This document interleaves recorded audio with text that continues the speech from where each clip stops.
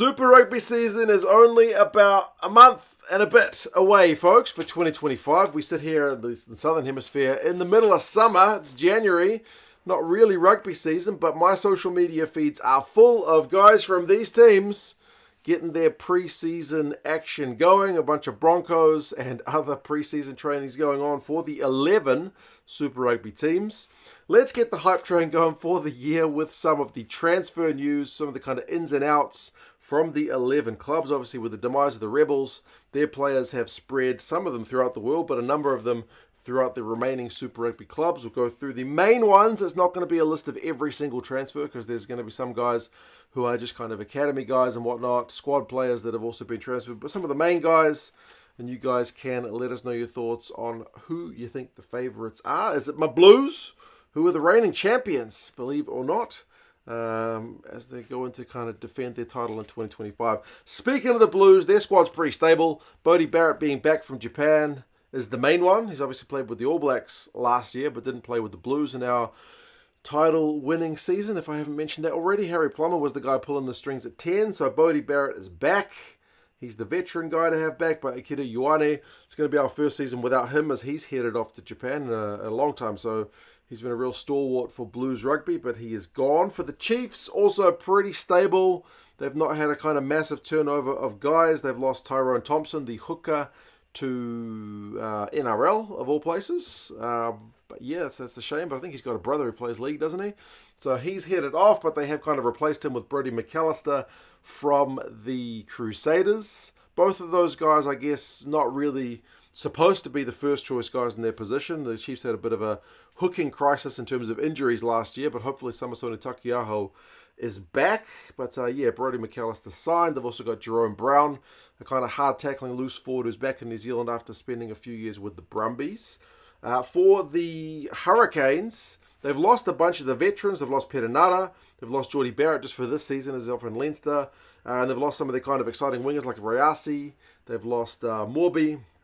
And they've lost Aidan Morgan to Irish rugby. But they've replaced them with a bunch of the youngsters like Lucas Cashmore. Exciting youngsters, played a couple of games for the Blues. He might end up getting a go at 10 with the injury to Brett Cameron, which is going to keep him out for the season. So the number 10 question is still a very open-ended one for the Hurricanes in 2025. They've signed Cade Banks, who looks exciting. He's also had a couple of games for the Blues, but scored a bunch of tries in the NPC, so an exciting winger. And they've also got a kind of few journeyman guys. They got Riley Hohepa, who played 10 for the Crusaders last year. He's back in Hurricanes colours after playing for them in the past. They've got Erea Nutty from Moana Pacifica at number 9. Kind of fills in the Perenara and Judd role. So, probably the backup 9 at the Canes, you would imagine. But, a bit more turnover for the Canes than for the likes of the Blues and the Chiefs. For the Crusaders, you feel like that is going to be happy to have guys back fit because they had half their team injured seemingly last year. It was a big part in them not making the playoffs, admittedly. But they have signed James O'Connor. He's the veteran number 10 from Australia. Obviously got a New Zealand connection, having partly grown up here and New Zealand parents and whatnot, I believe. So, James O'Connor going to serve as a bit of a mentor to a couple of the young 10s down in Canterbury. So a good guy to have on board. They've lost Fergus Burke, but he's another one who spent much of last season injured, so it doesn't feel as much of a loss, even if he is a big loss to New Zealand rugby. But, Crusaders largely pretty stable and with a bunch of guys back fit. And for the Highlanders, I feel like the Highlanders have always got a bit more turnover than some of the other teams. They've lost Billy Harmon, they've lost Paddy Parkinson, and a number of other guys. But, again, they sign fringe guys from other teams to replace them. TK Howden signed from the Canes, a good Lucy to have on board, I reckon, because the Canes are pretty stacked with Lucy, so he'll be looking for a bit more game time. They've got Caleb Tangitau, likewise, struggled for game time with the Blues. Could go on to be another kind of Waisaki Naholo or Tavita Lee who shines once he goes down south on the wing. We'll have to wait and see. Vikena and Kautai are also guys who will bolster the Highlanders ranks up front. But Hurricanes and Highlanders are the main ones from the 5 New Zealand sides who've had kind of larger changes to the playing roster. For Moana Pacifica, they probably had the biggest signing in how long for Super Rugby? In a decade? I don't know. Adi Savia signing for Moana Pacifica was massive. I mean, obviously, prior to Moana Pacifica, he was in Japan, club-wise. It feels like he's left the Hurricanes, but I guess it's not a direct leaving of the Hurricanes, but he's been such a Hurricanes stalwart. It is unusual to see him playing for any other Super Rugby team, but he is going to play for Moana Pacifica. He is the draw card of all draw cards. If there's a guy to put some bums on seats at Moana Pacific games, it's Ardie Savea. So, yeah, that's a massive sighting. We'll see how he goes, see if he can kind of help lift that team, because, they're still kind of floating towards the bottom of the Super Rugby table most of the time. But, yeah, massive signing. They've got Pone Fa'amostili, who's come over from the Rebels. They've got Jackson Garden-Bishop. They've got Solomon Alemalo. So a few kind of journeyman guys in themselves. Alemalo's been over in the NRL. Jackson Garden-Bishop's been around the traps as well. They've obviously lost Solomon Funaki, who was one of their better players last year, which is unfortunate. Sukopi Kepu had to retire, but Ardie Savea, no real complaints there. The Drua squad seems relatively stable. Koro Duadua, the big props, headed off to the MLR, which was a surprising move, but Voate Karawalevu, the winger fullback who scored a couple of tries in that Pacific Nations Cup final, is going to play for the Drua this year, which is a bit of good news, I reckon.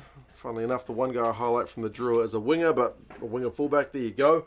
The Aussie teams is a little bit more changes with the Rebels' demise. Like the Brumbies, not too much. The Brumbies are pretty stable. Like they've lost Darcy Swain to the Force, but they've not gone and pilfered the Rebels for a bunch of their players. Like they've got Fotuaika, the big tight head prop who's come back from France, and they've got one of my neighbours banging a hammer.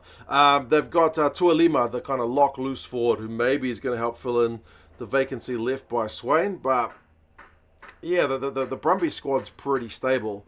The Reds are probably the second most stable. They did pick up a couple of the locks from the Rebels. They picked up Lukan Salakaia-Loto and they picked up Josh Cannon, both directly from the Rebels. They've also picked up Filippo Dalgunu, winger midfielder, and then Lockie Anderson, a winger from the Rebels. So they picked up a number of Rebels players.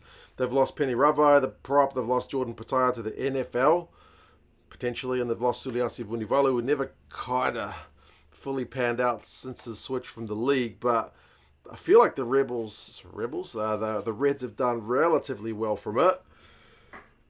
The Force didn't actually pick up a number of the Rebels players so much as they picked up players from everywhere else. They picked up Harry Johnson-Holmes from the Tars, who's a prop. Nick Dolly, who's a one-cap England hooker, but he is an Aussie, from Leicester. So they've got a couple of front rowers. They've picked up Darcy Swain, like I mentioned, from the Brumbies, a lock. They've picked up Dylan Peach from the Tars on the wing. They've picked up Brendan Paingamosa back from France to bolster the hooking jersey, and then Matt Greeley, the winger from the Reds. So they've had still a fair bit of turnover, but not really directly kind of pilfering the Rebels when you think about it. When the Force got kicked out of rugby, Super Rugby, all those years ago, most of their players just ended up at the Rebels, didn't they? So it's a bit of a different story. They've lost a few guys. Isaac Roda's headed off to France. Chase Tiatia's headed to Japan. Tim Anstey's been a real servant of Force Rugby. He's gone. Santiago Medrano is headed to France. So still a bit of a squad turnover. I feel like the Force have a decent amount of turnover every year. But the biggest turnover this year has to be the Waratahs. They have picked up a lot of the Rebels players. They've gotten Taniela Tupou.